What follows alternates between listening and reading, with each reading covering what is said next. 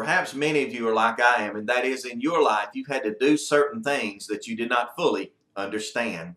I can remember in high school having a lot of difficulty with math. It's not that I can't do math. As a matter of fact, these days I can do most math in my head without even thinking, without much effort. But when it came time for the teachers to say to show your work, prove the process by which you got this answer, friends, I couldn't hardly comprehend it. I couldn't understand it. And for that cause, when it came time to take algebra and geometry and trig and such as that, I simply avoided it altogether. I dropped out of math completely after consumer math, and maybe I missed something by doing that. Friends, we understand likewise in relationships when it comes to our family members and even friends. We have those that we say are very close to us, maybe some of the closest, nearest, and dearest people to our hearts. But do you totally understand them? Oh, you understand their actions sometimes. Maybe you can hear their words and comprehend something about them through that. But do you know their hearts?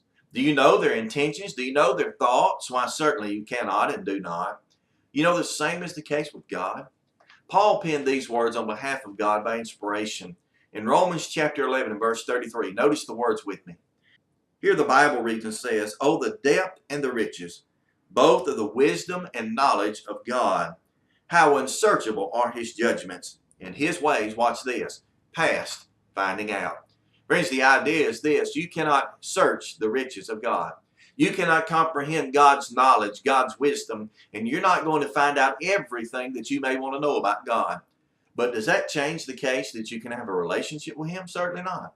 You can know God on some level. You can even know God on a high level. You can call God, if you will, your closest of friends, near and dear to your heart. But you may never understand his thoughts and intents. And for that matter, should we? Should we even try to? Should we doubt God in anything? Well, we ought not. It doesn't change the fact that we study our Bibles. It doesn't change the fact that we search for those answers. But what I'm simply saying is this: you can know God without knowing everything about God. And that gives me comfort. Because, friends, as I study my Bible more and more every day, I learn that there's more and more I do not know. As I try to understand God more and more every day, I learn more and more that I cannot fully understand him or comprehend his knowledge and his wisdom. And so because of that, if I'm told in the Bible I cannot do that, then I can be more confident in the Bible that it is true. That the Bible knew that man with his finite mind could never conceive God fully. And so I appreciate that about God's Word.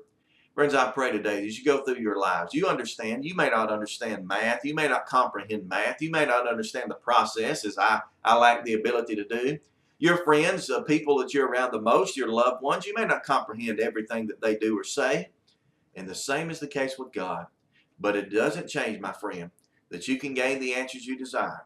You can gain the friendship, the relationship that you want, and especially with God. You can be ever so close to him, even though you cannot reach into the depths of his knowledge and wisdom. Friends, this has been your daily dose, and I pray that you'll be encouraged.